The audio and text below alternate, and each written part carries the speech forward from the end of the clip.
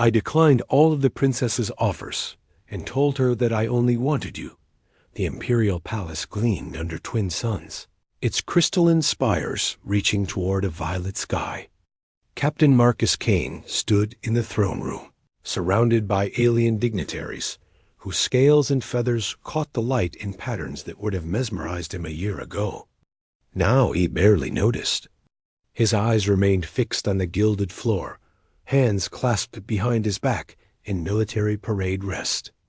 Princess Velara of the Andorian Empire descended from her throne with practiced grace. She was beautiful by any standard, humanoid enough to be familiar, yet alien enough to be exotic.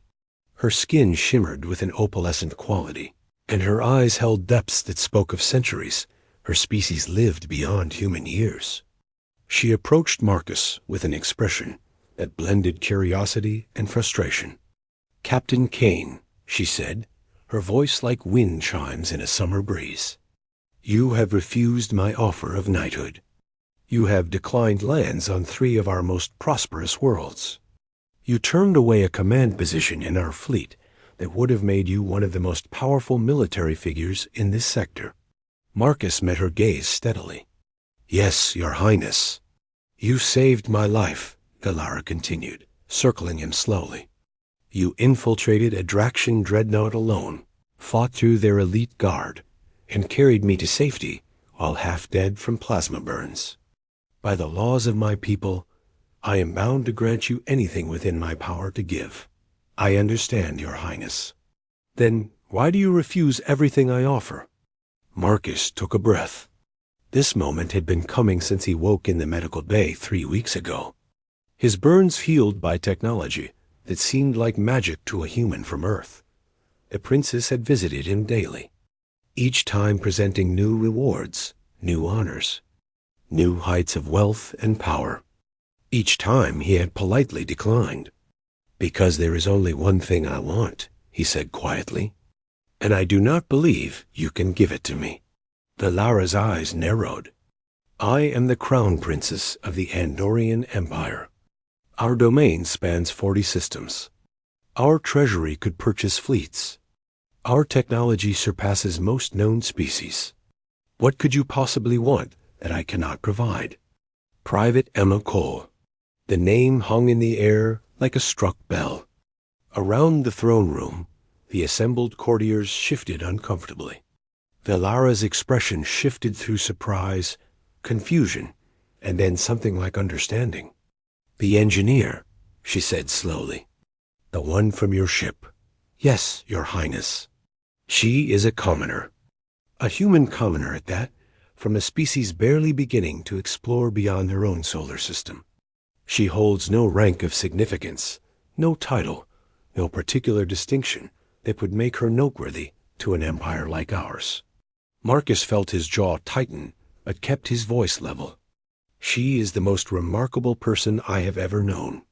Velara returned to her throne and sat, studying him with renewed interest. "Explain this to me, Captain. Help me understand why you would trade power for a single person." Marcus had known this question would come. He had prepared for it during the long nights in the medical bay, staring at the alien ceiling and wondering if he would ever see Emma again. Their ship, the Endeavor, had been destroyed in the battle that led to his desperate rescue mission. Most of the crew had made it to escape pods, but they had been scattered across the sector, picked up by various Andorian vessels. He had been trying to find out where Emma was for weeks, but the imperial bureaucracy moved slowly, and he was just one captain among thousands seeking information about their people. "We served together for 2 years," Marcus began. "She kept our engines running when by all rights they should have failed.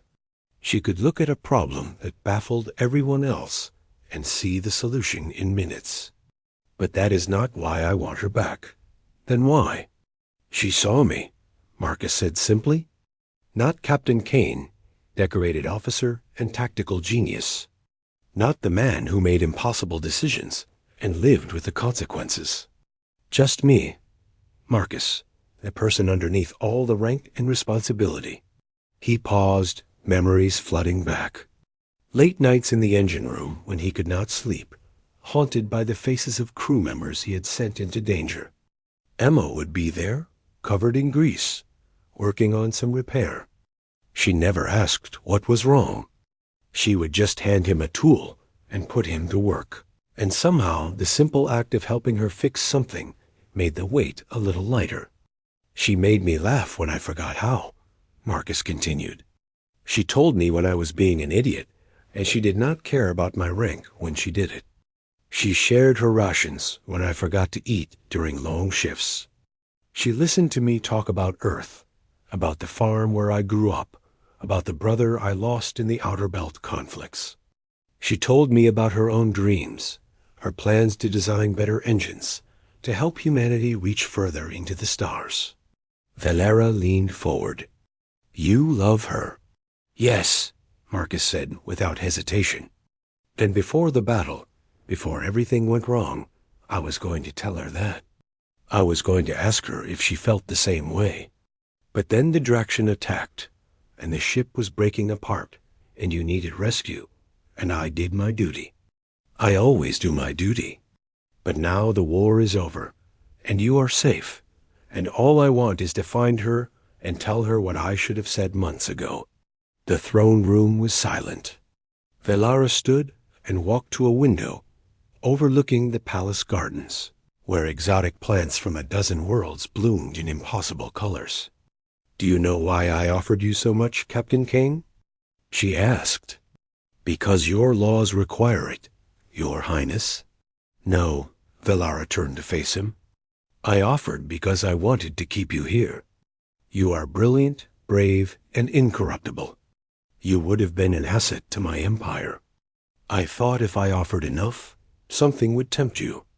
I thought everyone had a price. I am sorry to disappoint you, Your Highness. You have not disappointed me, Velara said with a slight smile. You have reminded me that some things cannot be bought or commanded. You humans have a quality we Andorians lost long ago. You still believe in things that cannot be measured or calculated. Love, loyalty beyond duty, hope that defies logic. She returned to her throne and gestured to an aide who hurried forward with a data tablet. I had my people locate every survivor from the Endeavor 3 days ago, Velara said. I know exactly where Private Emma Cole is. Marcus felt his heart hammer against his ribs. Your Highness? She is on a supply station in the outer reaches, working as a civilian contractor. She has been trying to find information about you for the past 3 weeks. Apparently, she has been quite persistent. My station commander has filed 7 complaints about her hacking into restricted databases. Despite everything, Marcus smiled. That was Emma. Rules were suggestions when something important was at stake. I will have a ship prepared for you, Velara continued. The fastest courier in my fleet. You will reach her in 2 days. Your Highness, I do not know how to thank you. You already have, Velara said. You reminded me why my people allied with humanity in the first place. You are young, reckless, emotional, and entirely too stubborn. But you are also capable of extraordinary things when you fight for what you love. That is a quality worth preserving. She stood and descended from the throne once more, this time extending her hand in the human gesture she had learned. Go find your engineer, Captain Kane. Tell her what you should have said. Live the life you fought so hard to preserve. Marcus took her hand, proper protocol forgotten. What about my debt to you? The life debt your laws speak of? Consider it paid, Velara said. You have given me something more valuable than service. You have given me a story that will remind my people why some bonds cannot be broken by war or distance or duty. Now go, before I change my mind and assign you to some diplomatic post where you will be miserable. 2 days later, Marcus stood on a docking platform that smelled of ozone and recycled air. The supply station was a far cry from the Imperial Palace, all function and no beauty, but he had never been happier to be anywhere in his life. Emma was walking toward him, and she did not look like the composed engineer he remembered. Her hair was a mess, her civilian clothes rumpled, and her eyes were red as though she had not slept properly in weeks. But when she saw him, her face transformed with a smile that made the entire galaxy seem brighter. "Marcus," she breathed, and then she was running, and he was running, and they met in the middle of the platform with a collision that neither of them cared about. "I thought you were dead," she said into his shoulder. "They told me the pod you took was damaged, and there was no signal, and I could not find any information." "I am here," Marcus said, holding her tight.